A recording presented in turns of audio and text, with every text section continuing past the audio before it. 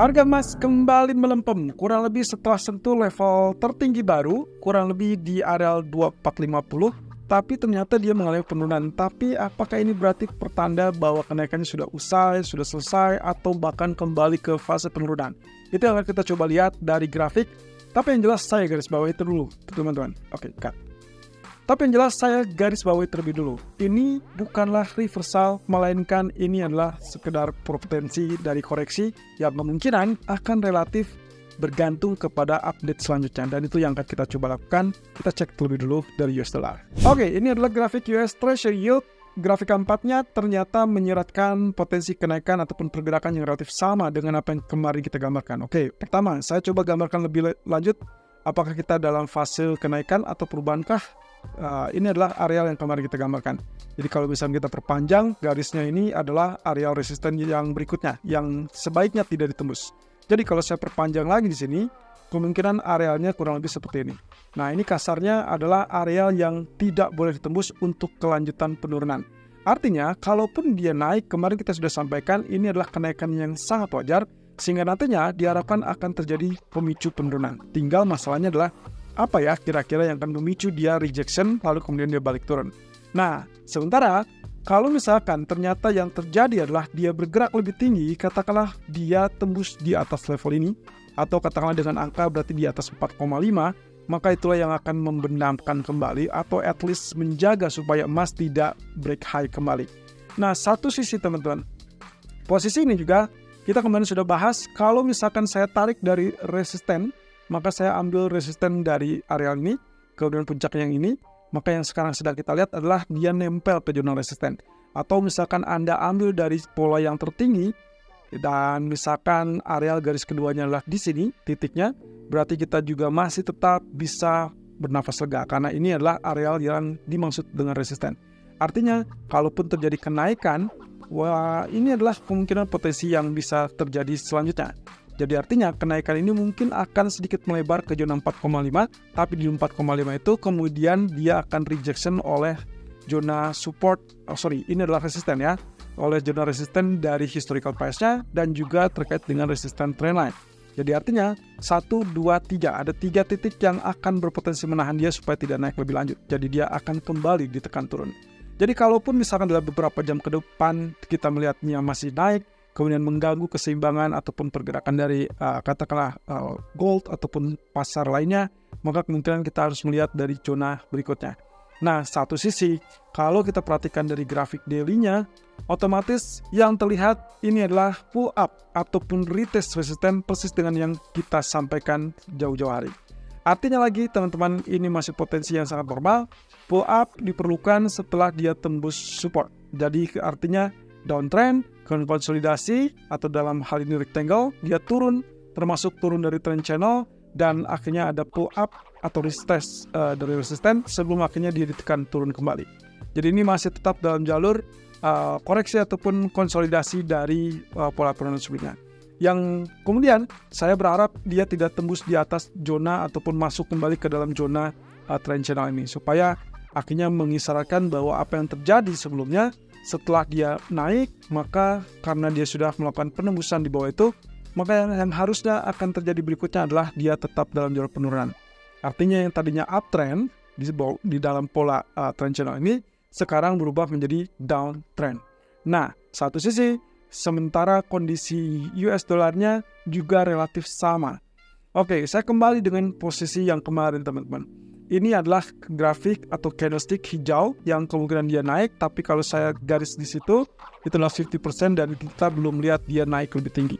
Artinya dia masih terperangkap dalam zona penurunan, dan kalaupun saya ambil bahwa ini adalah zona head and shoulder, seperti yang kemarin kita bahas ya, maka kemungkinan kecenderungannya dia juga belum kembali tembus neckline. Jadi kalaupun ini neckline-nya, maka Anda bisa lihat di sini, ini masih tetap jalur normal untuk yang dianggap sebagai pull up ataupun retest resisten, sehingga kita masih tetap bisa lihat dia rejection kembali. Oke, ini mungkin belum seberapa, tapi kalau misalkan kita perhatikan lagi di grafik H4, kemungkinan kecenderungannya juga relatif sama. Anda bisa lihat, ini adalah areal yang kemarin kita garisi dan sama sekali belum disentuh atau bahkan ditembus. Jadi sangat wajar, kalaupun dia naik, inilah resisten yang paling memungkinkan untuk rejection. dia kemarin sudah ditekan kembali di sini, lalu kemudian turun tapi tidak lebih rendah. Jadi kita anggap saja ini masih seperti menggantung. Tapi kalau yang berikutnya ternyata dia ada retest, maka kita harapkan di sini juga tertahan dari resistance trendline ataupun resistance historical. Jadi dalam kata lain, posisinya adalah up untuk down. Nah, kita tinggal tunggu apakah ini akan menjadi konsolidasi yang singkat atau tidak. Satu sisi yang seperti terlihat sampai saat ini, posisi dari pound sterling juga mengalami kenaikan kembali setelah sebelumnya ditekan turun. Tapi saya agak sedikit was-was, teman-teman. Posisinya adalah candlestick kemarin ditutup dengan shooting star, dan ini juga merupakan area yang agak riskan. Artinya ada kemungkinan potensinya dia rejection turun, dan kalau itu terjadi berarti ini mungkin sekedar swing low, ya, swing low terakhir sebelum nantinya dia akan kembali naik. Ini dengan catatan tergantung data inflasi besok sore. Kalau misalkan kita asumsikan yang kita harapkan adalah inflasi lebih rendah, maka sangat wajar kemarin kita sudah gambarkan antara dia turun ke level MA200 atau sampai ke zona support trendline ini. Nah, satu sisi juga kalau kita perkirakan hal yang lain, tadinya saya berpikir mungkin saja kita akan mendapatkan inverse head and shoulder seperti ini, atau di bagian ini, atau di bagian ini. Ya, bagian right shoulder-nya masih tetap dalam jalur pembentukan dan belum terlihat. Tapi ada satu hal yang mungkin miss dari pandangan kita, yaitu terkait dengan right shoulder bisa saja sudah tercapai atau terbentuk di zona ini, teman-teman. Jadi dalam artian, kalau memang ini yang terjadi, bayangkan posisi pergerakannya itu adalah seperti demikian. Ini penurunannya, kemudian dia swing high, ini head-nya, kemudian dia swing high kembali, ini bagian right shoulder-nya, sehingga kemudian dia ngegas ataupun naik, ini adalah sebagai break area resistance neckline. Kalau begitu, bagian neckline yang dimaksud itu adalah bagian ini. Dan itu berarti pula bahwa saat dia tembus di level ini, 1.2590 ataupun 1.2600, itulah time yang tepat bahwa dia sudah tembus, sehingga kenaikan harusnya akan confirm terjadi. Dengan kata lain, kalaupun benar terjadi katakanlah pullback ke area tersebut 1.2600 ataupun 1.2660, itu kemungkinan adalah retest resisten ataupun retest support yang sebelumnya jadi resisten. Jadi kalau ini neckline yang sudah ditembusnya di bagian ini adalah pullback-nya sebelum nantinya dia akan melanjutkan kenaikan. Yang saya harapkan adalah kenaikan hari ini terbatas, kemudian dia turun, lalu kemudian mungkin sampai data inflasi besok dia bikin turun, lalu kemudian ada FOMC minutes dari Amerika dan juga data Amerika yang kecenderungannya lebih lemah, sehingga akhirnya dia tertopang kembali untuk mengenaikan. Tapi skenario itu terlalu unik dan mungkin kita butuh kepastian terlebih dulu. Yang artinya, kalau memang ternyata hari ini kembali dia naik dan ditutup di atas 1.2720, maka hati-hati kemungkinan skenario-nya akan berubah, yaitu dia akan lanjutkan kenaikan lebih dulu sampai 1.2770 atau bahkan 1.2800. Nah, di grafik keempatnya, idealnya sebetulnya saya lebih berharap karena kondisi ini higher high, sementara kondisi RSI adalah lower high, maka yang paling ideal yang saya harapkan adalah potensinya koreksi terlebih dulu. Artinya profit taking ataupun mungkin dia tertekan turun sampai zona 1.2670 ataupun 1.2650, baru nantinya dia akan melanjutkan kenaikan sesuai dengan arah dari areal trendline. Nah, kita tinggal tunggu saja apakah itu terjadi apa tidak. Tapi yang jelas, Anda bisa memanfaatkan dua sisi, yaitu Anda manfaatkan potensi sell-nya dengan asumsi bahwa dia tidak tembus 1.2780, atau Anda siap-siap melakukan buy counter langsung kalau dia ada penurunan dan tertahan di 1.2690. Ya, ini adalah cara yang bisa dibilang efektif untuk mengakali pola pergerakannya. Apalagi kalau misalnya kita lihat kebiasaan dari pound sterling, menjelang rilis data inflasi biasanya kecenderungannya naik sebelum akhirnya dia tertekan turun kembali. Nah, sementara untuk crude oil, ya akhirnya dia kembali di bawah zona trend line-nya, teman-teman. Posisi ini yang membuat kenapa saya berpikir harusnya dia masih tetap berpotensi untuk kembali turun. Dan persis saja yang kemarin sempat saya sampaikan, selama dia tidak menunjukkan gejala untuk tembus di atas 80.67, maka kecenderungannya segera exit TP1 berapapun alasannya, karena ini kondisi yang relatif lebih kuat. Jadi ya ini yang tercapai. Kemarin dicapai di sini, kemudian dia balik turun dan nempel di zona 79.20-an. Nah, untuk hari ini, kenapa kita kembali ke dalam fase penurunannya? Karena kalau misalkan kita lihat di grafik daily, berarti ini yang berlaku teman-teman. Posisi ini berlaku dan kita sudah sampaikan minggu lalu bahwasannya head and shoulder itu kemungkinan akan dibantu oleh bearish flag ataupun bearish rectangle. Sejauh ini, inilah yang paling efektif. Sehingga kalau misalkan melihat dua candle terakhir bentuknya adalah shooting star. Itulah sebabnya kenapa kita lebih prefer untuk lakukan sell on breakout ataupun sell on rally untuk crude oil. Kenapa breakout? Karena di grafik keempat jelas saya perlu kepastian bahwa dia kembali di bawah 7860. Jadi untuk saat ini low-nya masih 78.62. Jadi tunggu sampai dia betul-betul confirm tembus. Silakan Anda follow sell dengan proyeksi target yang paling dekat terlebih dulu, yaitu adalah 7800 ataupun 77.50 atau bahkan 76.90. Nah, dengan catatan teman-teman, hati-hati di teritori 77.50. Kemudian kalau kita perhatikan dari grafik gold atau emas, posisinya memang tidak menguntungkan untuk bullish, tapi sejauh ini saya lihat perkembangannya adalah dia hanya sekedar profit taking. Kita lihat, posisi di grafik K1 kemarin sempat turun ke teritori ini di bawah 50%. Dan ini berarti kalau kita lihat, arealnya kemarin itu adalah 1.2407. Apa yang terjadi berikutnya? Dia didorong naik kembali 1.2432 ataupun 34. Nah, kemudian dia turun bertahap sampai detik ini, dan pagi tadi dia tertahan di 1.2405, sedikit lebih rendah. Tapi coba perhatikan, pola pergerakannya sepertinya familiar. Bagi saya, mungkin kalau misalkan kita bilang ini adalah symmetrical ataupun bahkan descending triangle, kelihatannya kita bukan akan mendapatkan potensi itu. Ya, kalau asumsi saya, ini adalah downtrendnya, tapi kemudian bagian bawahnya mungkin tidak rata. Ya, kalaupun ini dianggap rata, maka kemungkinan berikutnya penurunannya akan terjadi sampai ke teritori 1.2390-an. Nah, satu sisi, Anda juga bisa mengasumsikan bahwa ini kemungkinan akan segera membentuk yang namanya pola mirip dengan pola sebelumnya, reversal sebelumnya, yaitu falling wedge.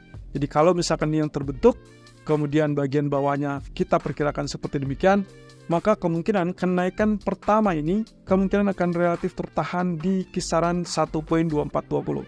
Ya, di teritori ini, kemudian dia turun kembali sebagai swing low terakhir dan akhirnya menguji area 1,8% di 1.2402 ataupun 2400 sebelum akhirnya dia terjadi kenaikan kembali.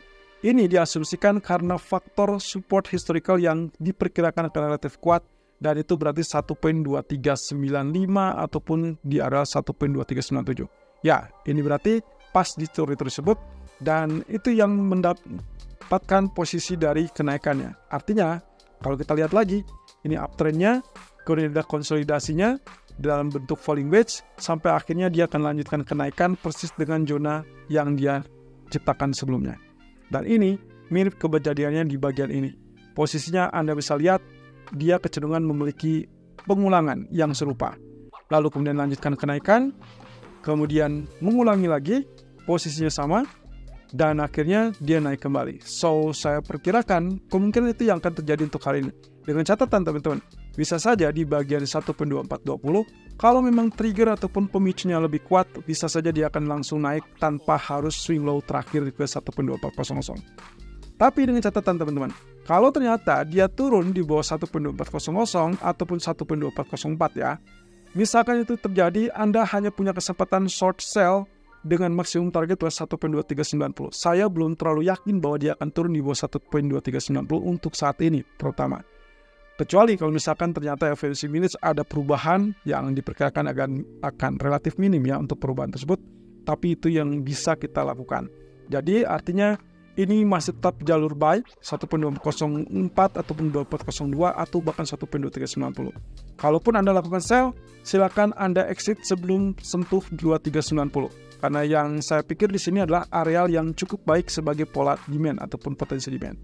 Satu sisi, grafik daily persis dengan apa yang kemarin kita khawatirkan. Kenaikan bikin upper high ataupun higher high, sementara RSI membentuk lower high. Yang juga seperti kemarin kita bahas di live streaming, posisinya adalah dia tidak bisa mengukur seberapa dalam potensi koreksi ataupun turunannya. Apakah ini double top? Saya ragukan double top karena ini lebih kepada mangkuk daripada runcing, jadi kemungkinan penurunannya akan relatif tertahan dan kita mainkan lagi dengan 50% real body. Dan 50% real body itu memunculkan adalah 1.2399. Jadi itulah sebabnya wajar kalau di grafik H1 tadi saya bilang bahwa kalaupun terjadi penurunan di bawah 1.2402, kemungkinan 1.239997 atau bahkan 95 atau bahkan 91 itu akan menjadikan isyarat demand yang akan lebih kuat. Dan akhirnya terdorong kembali. Walaupun saat ini saya tidak berani untuk memperkirakan satu hal yaitu target ke 2450. Tapi satu level resisten di atasnya, kurang lebih di bagian 2420 ataupun 2431 kayaknya masih bisa untuk tercapai. Dengan catatan, Anda boleh hold posisi banyak kalau dia sudah kembali di atas 2431. Tapi kalau dia belum tembus kembali 2431, segera exit. Kemungkinan kita akan dapatkan range yang istimewa yaitu sideways di kisaran 2425 sampai ke 2400. Itu pun dengan catatan tidak ada perubahan sentimen karena untuk saat ini Fed kecenderungannya relatif sama dan pengulangan yang terjadi.